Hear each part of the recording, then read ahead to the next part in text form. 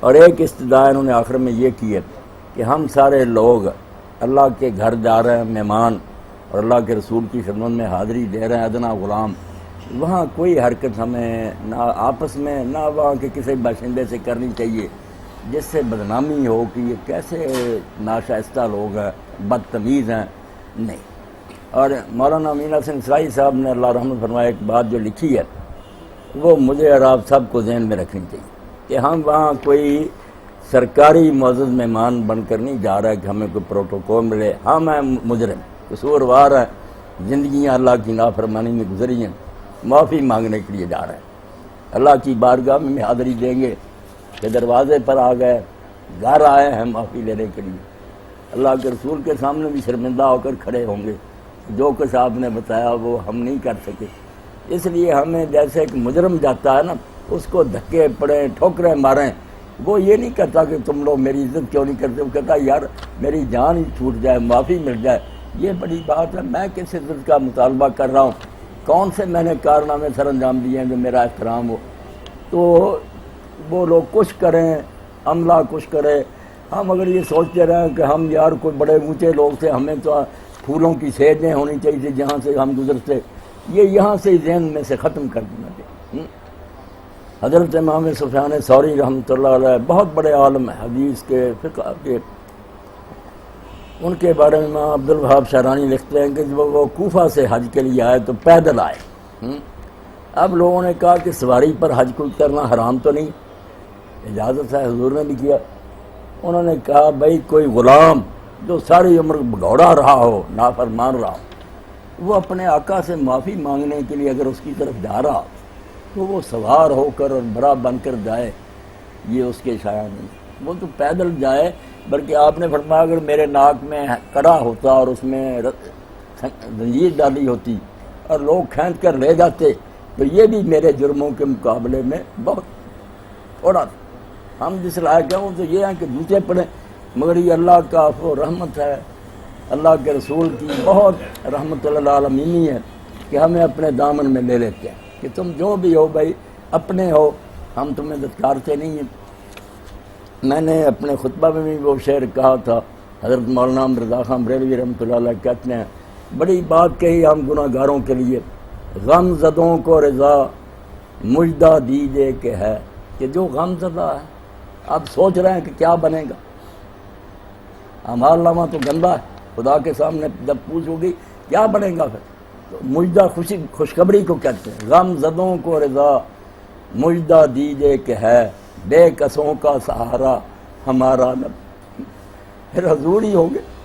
کہیں گے یا رسول اللہ جو ہے آپ کے ہے، اور اگر اللہ کے رسول نے کہہ دیا کہ اللہ ہاں واقعی بڑی کوتاہیاں ہوئی ہیں مگر یہ بیچارے میرا نام لیتے تھے، کوشش کرتے رہے میرے راستے پر چلنے کی، تو یقیناً اللہ کے رسول کی سفارش پر دفتر لپیٹ دیے جائیں گے۔ ہاں، اس لیے ہمیں کسی عزت کی توقع نہیں رکھنی چاہیے کہ ہمارے ساتھ وہاں اچھا سلوک ہو، دھکے ملے، بد سلوکی ہو، آپ برداشت کریں کہ ہم تو قصوروار ہیں یہاں بھائی، اللہ معافی کر دے، یہی بڑی بات ہے۔ اپنی عبادت کی فکر کریں، نہ وقت نہ ضائع کریں، جو موقع ملے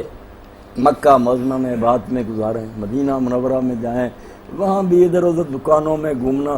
وہاں کی مسجدیں بھی جانو ایسی مارکشان، کئی چھتیں ہی دیکھتے رہتے ہیں،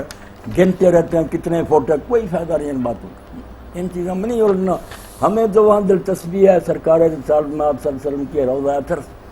آپ کا ممبر مسجد میں جو روضۃ الجنہ ہے، اپنا کام کریں، ہم ادھر ادھر کی باتوں میں کیوں؟ اعلیٰ حضرت نے ایک جگہ فرمایا کہ یہ باہر جو مسجدیں وغیرہ کبار دوسری، حالانکہ نیک کام ہے، سنت، انہوں نے یہی لکھا اپنی کتاب میں جو ان کے والد نے فرمائش کی کہ بیٹا تجھے میں نے اتنا بڑا عالم بنایا، حالانکہ والد بھی بہت بڑے عالم تھے، میرے لیے ایک کتاب لکھ، وہ حج اور رسالت پر جو عمرے پر لکھی نا، وہ ان کے کتاب میں درج ہے۔ وہاں کہتے ہیں یار جو عاشق لوگ ہیں نا وہ یہ مسجدیں دیکھنے بھی نہیں جاتے، وہ کہتے ہیں جہاں ہم آئے ہیں بس جو وقت ملے گا گمبد ادر کو دیکھتے رہیں گے، بیٹھے رہیں، دل ڈھونڈتا ہے پھر کوئی فرصت کے رات دن، بیٹھا رہوں تصور جانا کی، سب چیزیں بھول گیا، یہی سوچتا ہے کہ یہاں جو اللہ لے آیا۔ بڑے بزرگ تھے دیوبندی، مولانا خلیل احمد سہارنپوری، پھر وہ مدینہ منورہ ہجرت کر گئے، وہیں فوت ہوئے، بڑی اونچی کتاب لکھی ہے، سب لوگ مانتے ہیں، ابو داؤد شریف کی واسطی شرح کوئی نہیں لکھ سکا، بدر المجود۔ تو وہ جب بیٹھتے تھے تو یہی کہتے تھے، کئی مرتبہ یہ شعر دہراتے تھے۔ مکہ معظمہ صرف ایک مرتبہ گئے حج کے لیے، ورنہ مدینہ میں رہے، اور مدینہ منورہ میں بھی یہی رہا کہ اگر کوئی مہمان گیا، یہاں سے جاتے تھے تو ان کو اگر رخصت کرنے کے لیے جاتے تھے تو مولانا صرف اتنی دور تک جاتے تھے جہاں تک روزہ آیا، پھر نظر آیا۔ جب دیکھا نا کہ اب یار یہ نظروں سے اوجھل نہ ہو، کہتے تھے آپ رخصت ہو جائیں یار، میں اب جا رہا ہوں، کیونکہ میں تو مدینہ منورہ اس لیے آ کر ٹھہرا ہوں، ورنہ میرا گھر تھا، دوست تھے، مدرسے کا میں صدر مدرسہ، یہاں آ گیا۔ چاہتا یہ ہوں کہ جب مروں آخری وقت، بچے ناز رفتہ باشد جہان آزمندے کہ وقت جان سپردن بسرس رسیدہ باد۔ تو کتنا خوش قسمت ہوگا آدمی جو مرے گا تو آخر وقت میں حضور کے روضہ پاک کو دیکھ رہا ہے۔ تو وہ شعر جو پڑھتے تھے روتے تھے، یہ پڑھتے اور شعر پڑھتے روتے اپنی قسمت کے بارے میں، کہاں میں اور کہاں یہ نکھت گل، میں کہاں اور یہ گلاب کے پھول کی خوشبو کہاں، یہ نصیب ہوگی مجھے سونی حضور کا روضہ، کہاں میں اور کہاں یہ نکھت گل، نسیم صبح تیری مہربانی۔ یہ اللہ صرف تیرا فضل و کرم ہے، ورنہ میرے جیسا بندہ سوچ سکتا۔ تو میرے بھائی، میں اور آپ سارے، پہلے تو یہ بات ہے کہ میرا اور آپ کا رشتہ جو ہے اس سے بڑا رشتہ کوئی نہیں۔ یہ جو ہے نا میں کون ہوں آپ کون ہے، دنیاوی لحاظ کوئی بات ہے، یہ بات کہ ہم رسول اللہ کی امت ہیں، انما المؤمنون اخوہ۔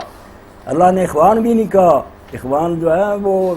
اگر ویسے بھی کوئی دوست ہوں دینی بھائی ان کو نہیں، اخوہ ان بھائیوں کو کہتے ہیں جو ایک ماں باپ کی اولاد۔ اللہ نے کہا ایک ماں باپ کی اولاد جو اس سے بڑھ کر تم بھائی، اس لیے ادب کرو، بڑے ہوں تو ان کا ادب کرو۔ جتنے ہم میں سے نوجوان ہیں وہ خیال رکھیں، یہ نہیں کہ بھاگ جائیں حرم کو، کئی آپ میں بزرگ ہیں ان کا اکرام کریں، آپ کچھ تکلیف بھی اٹھا لیں ان کو لے کر ساتھ جائیں، خود طواف کرائیں، پھر مکان پر پہنچائیں۔ اگر انہیں کسی خدمت کی ضرورت ہو تو آپ بازار سے یا کسی چیز سے لے کر آئیں۔ اس کو یقین جانیں یہ سب سے بڑی بات آپ کی ہوگی، سب سے بڑی نیکی یہ ہوگی کہ آپ نے ایک کبیر کا احترام کیا، بڑے آدمی کی عزت کی، اور پیار سے رہنا، ایثار کر کے اپنے پلے سے بھی آپ کھانا کھلا دیں دوسرے کو کہ نہیں یار میں پیسے دیتا ہوں۔ آپ سے جب لوگوں نے پوچھا کہ اللہ کے رسول حج مبرور کیا، وہ حج جس کو کہا مبرور، جس کا بدلہ جنت کے سوا کوئی ہے ہی، کم از کم بدلہ حضور نے فرمایا الحج المبرور لیس له جزاء الا الجنہ، اور تو درجے گزار ہے جنت کا کم، حج مبرور کا کم از کم بدلہ یہ ہے کہ اللہ اس کو جنت دے دے۔ تو پوچھا کیا؟ فرمایا نرمی سے بات کرو دوسرے سے اور لوگوں کو کھانا کھلاؤ، کنجوسی نہ کرو، کھانا کھلاؤ۔ اب ہم دیکھتے ہیں، چلو عمرہ تو نہیں، حج میں یہ لوگ کرتے ہیں کم بخت کہ پیسے بچاتے ہیں، قربانی تک کا یہ کہ کوئی نہ ٹیڈی لے کر جان چھڑا دیتے ہیں، باقی پیسے خرید و فروخت تحفے تحف ظالموں۔ اللہ کے رسول اللہ علیہ وسلم سے پوچھا کہ حج کے سب سے اچھے عمل کون سے؟ فرمایا دو، الحج والسعی، ایک چیخ چیخ کر لبیک پکارنا، اس سفر کا سب سے بڑا وظیفہ۔ سارے ذکر چھوڑو، مکہ کو جب جاتے اور وہاں کی گلیوں پر لبیک اللہم لبیک، چیخو، تو نے بلا لیا، تیرے غلام آ گئے، تیرے بندے تیرے دربار میں حاضر ہیں، ہاتھ باندھے کھڑے ہیں، معافی مانگو، اور بس سجو، خون بہاؤ، زیادہ سے زیادہ قربانیاں دو۔ اس لیے رسول کریم علیہ السلام نے 100 اونٹ قربان کی، 100 اونٹ، اور ایک ایک ٹکڑا اس میں دے۔ تو اس لیے آپ نا، میں بھی آپ بھی، جیسے طاہر صاحب نے کہا شیطان کی بھی اپنے لشکر ساتھ روانہ کرتا، وہ چاہتا ہے کہ یہ میں نے ساری عمر میں دوستی بنائے ہیں، جنتی بن رہے ہیں، وہ کہتا لڑیں، ایک دوسرے کو گالیاں دیں، دھکے دیں، ان کا حج تباہ ہو جائے۔ اس لیے میں اور آپ اللہ سے یہاں سے ہی دعا کریں کہ اللہ یہ دشمن جو ہے نا اس کا مقابلہ ہم نہیں کر سکتے، پناہ تو نے دینی۔ حضرت مولانا روم رحمۃ اللہ علیہ کی جب پڑھتے ہیں بڑی پیاری مثال دی، وہ کہتے ہیں اگر کسی سردار کو تم ملنے جاؤ جس نے کتا رکھا ہو بڑا، اب اس نے کھلا چھوڑا، ایک طریقہ تو یہ ہے کہ کتا تمہاری طرف تم اینٹ اٹھاؤ، پتھر اٹھاؤ، اپنے ڈنڈے سے مارنا شروع کرو، اس سے نہیں کتا جان چھوڑے گا، آپ کو پھاڑ دے گا۔ ایک یہ ہے کہ آپ اس سردار کو آواز دیں کہ چوری صاحب میں آ رہا ہوں، ذرا اپنے اس کتے کو روکیں، وہ کہے گا بیٹھ جاؤ آرام سے، جان چھوٹ جائے گی۔ یہ ابلیس ہے اللہ کا کتا، بہت بڑا، حضرت آدم علیہ السلام کو جنت میں برگلا دیا، میں آپ کیا؟ اسی لیے طاہر صاحب نے پڑھا نا کہ خون نہیں اتنی تیزی سے گردش کرتا جتنی تیزی سے ابلیس رگوں میں گھوم رہا ہے۔ آپ میں ہر وقت دیکھتے ہیں کہ ابھی نیک بات سوچ رہا، ابھی شیطانی بات، جو آپ بھی بات لعنت بھیجتا کہ ایسی باتیں میرے دماغ میں آنی چاہیے، اس سے بچنا بہت مشکل ہے۔ وہ اس کے لیے پھر کہا کہ مالک کو کہو، مالک کو کہنا کیا، اعوذ باللہ من الشیطان الرجیم، اللہ ہم تیری پناہ چاہتے ہیں، تیرے ساتھ چمٹ گئے اس کتے کو تو ہی سنبھال۔ وہ روک لیتا، تو دعائیں کریں اللہ یہ ہمارا سفر کہیں میں کم بختی نہ بن جائے کہ پیسے بھی گئے ملا بھی کچھ نہ، دعاؤں کے بغیر چارہ نہیں۔ باقی جو ہے نا حج عمرے کی باتیں وہ پھر کچھ کرتے ہیں۔ یہ تعارف ہوا تھا اور یہ اعلان سن لیا آپ نے کہ وہاں خرچ جو ہے نا کھانے پینے کا یہ ہر شخص کا اپنا ہوگا، اس کے لیے الگ پیسے، آمد و رفت، یہ رہائش، زیارتیں، یہ سارے پیسے جو آپ نے دے دیے نا اس میں سب کچھ ہو گیا۔ باقی جو تقریباً 500 ریال اتنے میں گزارا ہو جاتا ہے۔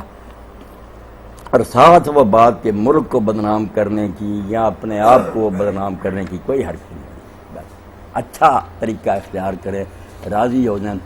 باقی یہ حاجی عبدالستار صاحب ہیں، یہ بھائی اسد صاحب ہیں، ان سے تعارف کی ذرا بات سنیں تھوڑی سی کہ یہ میرے بھائی ہیں، بزرگ میرے بڑے ہی۔ اب کیا ہوا کہ ان کا بچہ اس کا نکاح تھا، وہ میرے دوست ہی ہیں ڈاکٹر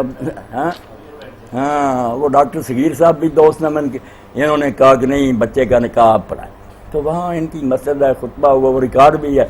اب لوگوں نے سنا، نکاح تو ہوتے رہتے۔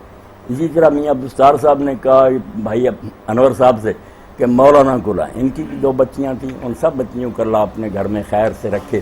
اب وہاں بھی تو نکاح جو رشتہ دار بھی بیٹھا ہوا تھا نوجوان، اس نے بعد میں تھوڑی سی بات تھی، مگر بات الحمدللہ ایسی تھی، اس نے بعد میں کہا کہ مولانا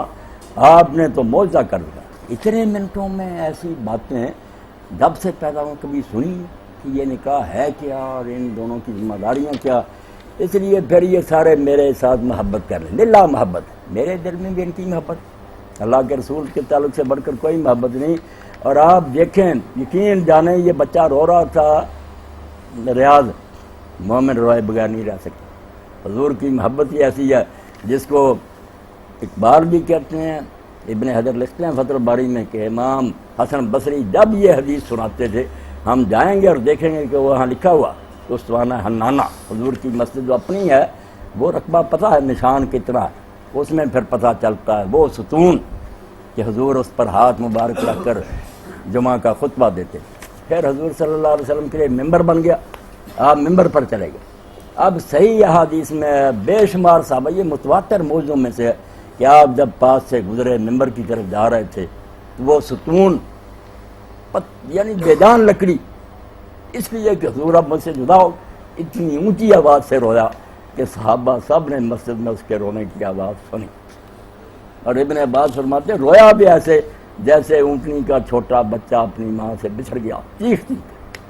پھر حضور ممبر سے اترے، جا کر ہاتھ رکھا اس پر،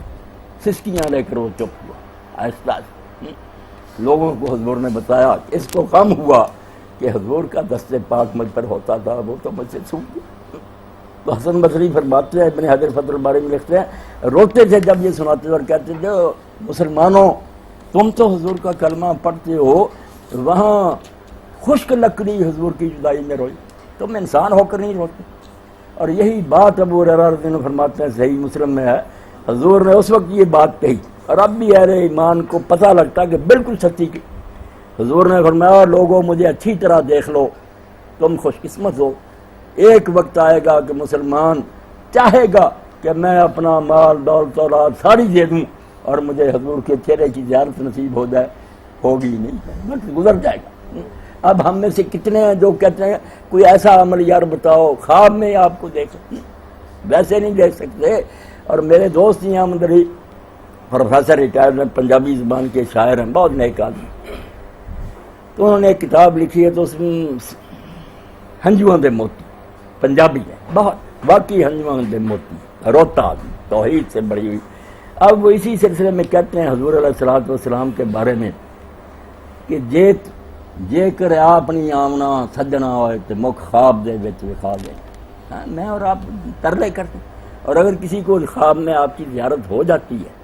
تو خوش قسمت لوگ کہتے ہیں او حضور کی زیارت نصیب۔ اس لیے اللہ کے رسول جان ہے مسلمانوں کی، جان کی جان اللہ نے کیوں